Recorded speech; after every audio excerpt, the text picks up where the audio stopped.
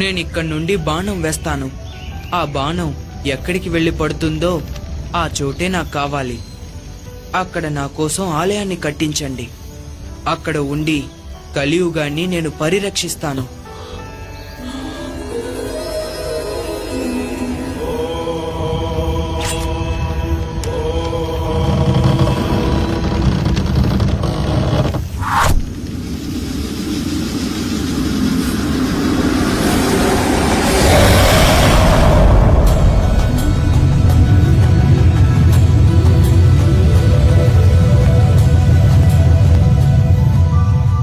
బాణం పడిన చోటే శబరిమల. ఈ శబరిమలపైనే ఈనాటికి కలియుగ ప్రత్యక్ష దైవంగా కరుణామూర్తిగా కొలువున్నాడు శబరిమల అయ్యప్ప.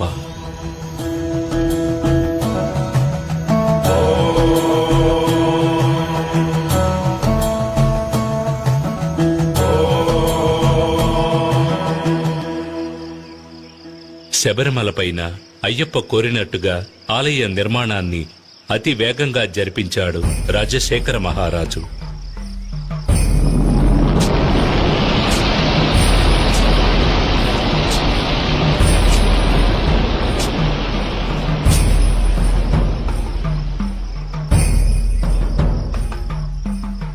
ఆ ఆలయంలో జీవిత తత్వాలను వివరించే విధంగా 18 మెట్లను కూడా ఏర్పరిచాడు. ఆలయ నిర్మాణం పూర్తి కాగానే అయ్యప్పకు ఎటువంటి విగ్రహం ఏర్పాటు చేయాలనే సమస్య వచ్చింది.